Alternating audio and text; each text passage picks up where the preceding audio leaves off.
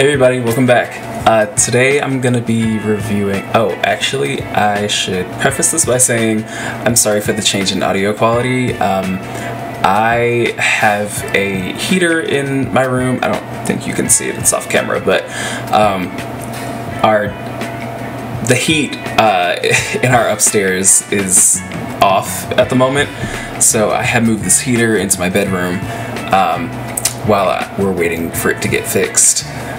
So you might hear like a humming or like a fan noise in the background. But I think I should still be able to come across pretty clearly. So just FYI. Anyway, back to the book.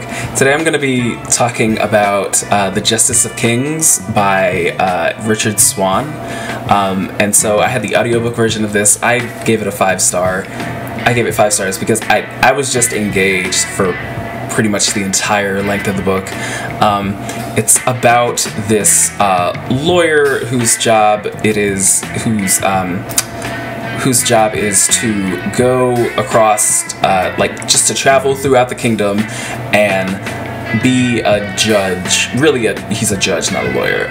He's acts as a judge to any unresolved, legal disputes going on, or if there's like a murder or something, which does happen in the book.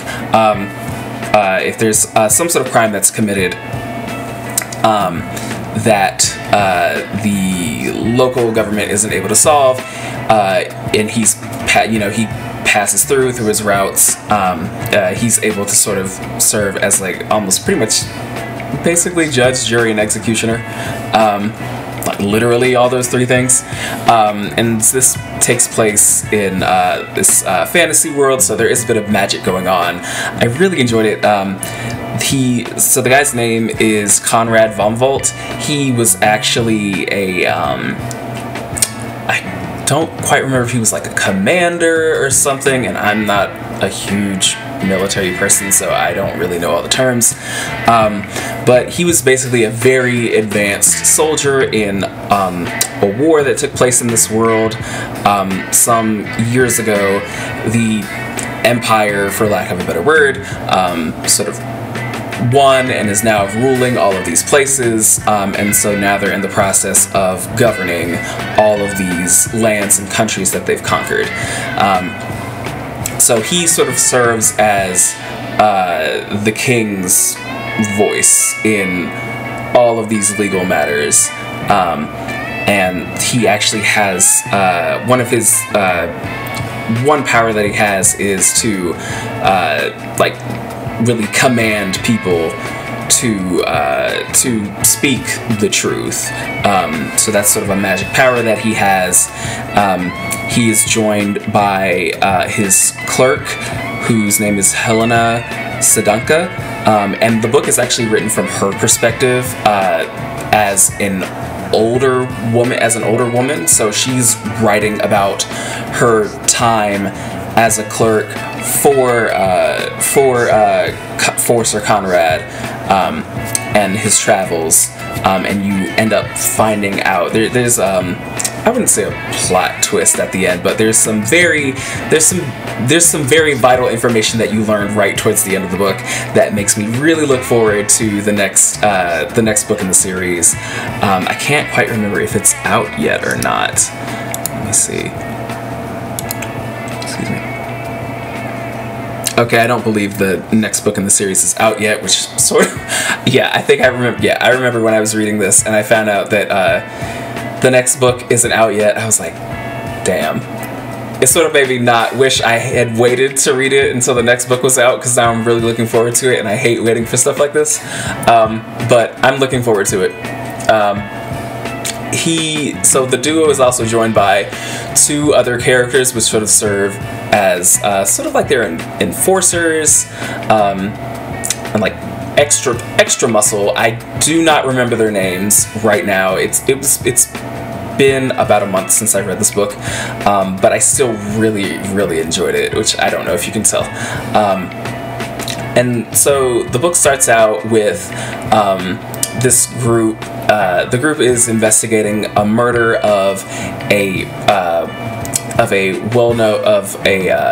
governor's, I think it's a governor's wife in this more remote area of the kingdom. And so they're trying to figure out what's going on. And while they're investigating her murder, they stumble across a larger conspiracy that's going to affect this new country as a whole. They come across a few antagonists that surprise them in the things that they can do. I don't want to give any huge spoilers, but I think one of the things that I really like about it is you can see the main character, Sir Conrad. He's like really set in his ways. Like he knows, like I think he's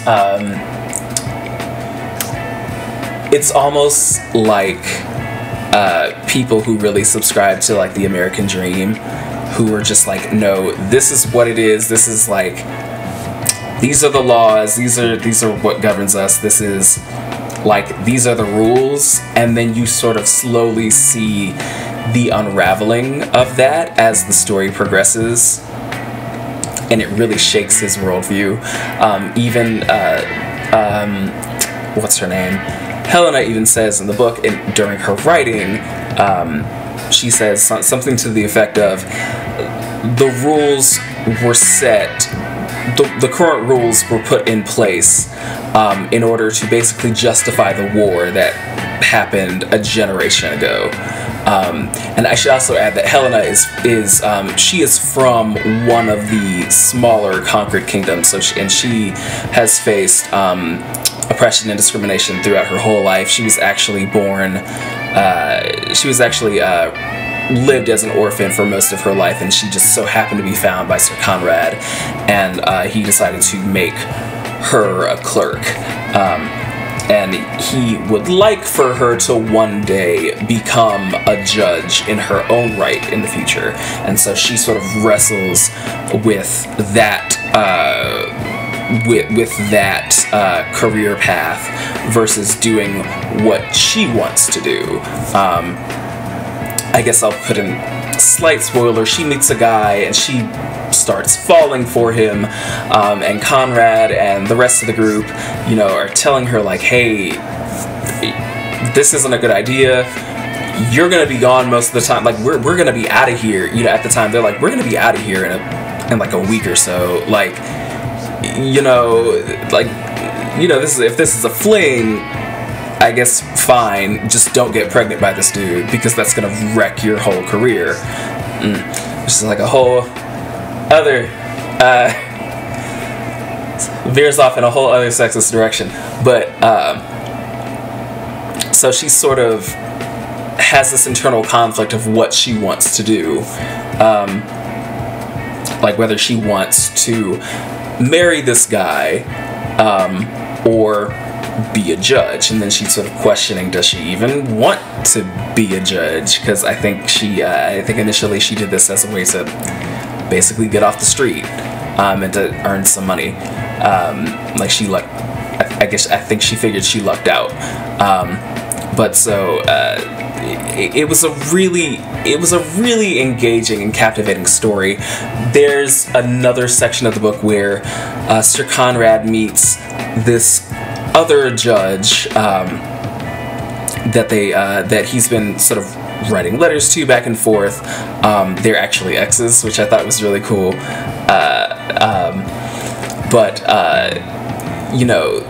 There's a lot of foreshadowing in this book of like the other judge is telling him like, you really need to learn what's going on in the Capitol right now. Like stuff is not the way it used to be. You really need to read up on what's happening in the Capitol. You probably should go to the Capitol and see what's actually going on. And Conrad's like, politics is politics. He's not very concerned with it at all. And so he just sort of puts it off. He's like, you know what, after this case, maybe I'll go to the Capitol, whatever, see what's going on.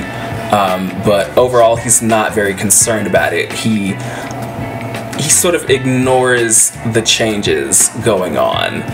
He's ignoring the bad actors that seem to have gained a lot of power in this world, in this country, until it's basically too late. Which I think there's a lot of parallels to what's going on in the United States right now, of like groups keep doing horrible things and people don't take it seriously until it reaches a certain point, and then, you know, once it goes past a certain point, it's really hard to fix it. But anyway, I love this book. I cannot wait to read the next book in the series. If you guys have any recommendations for anything you'd like me to read, feel free to drop it in the comments below, and I will add it to my TBR. You know, maybe I'll do like a special, I don't know, recommendation pick, something like that, for my next read. But until then, I guess I'll see you next time. Bye.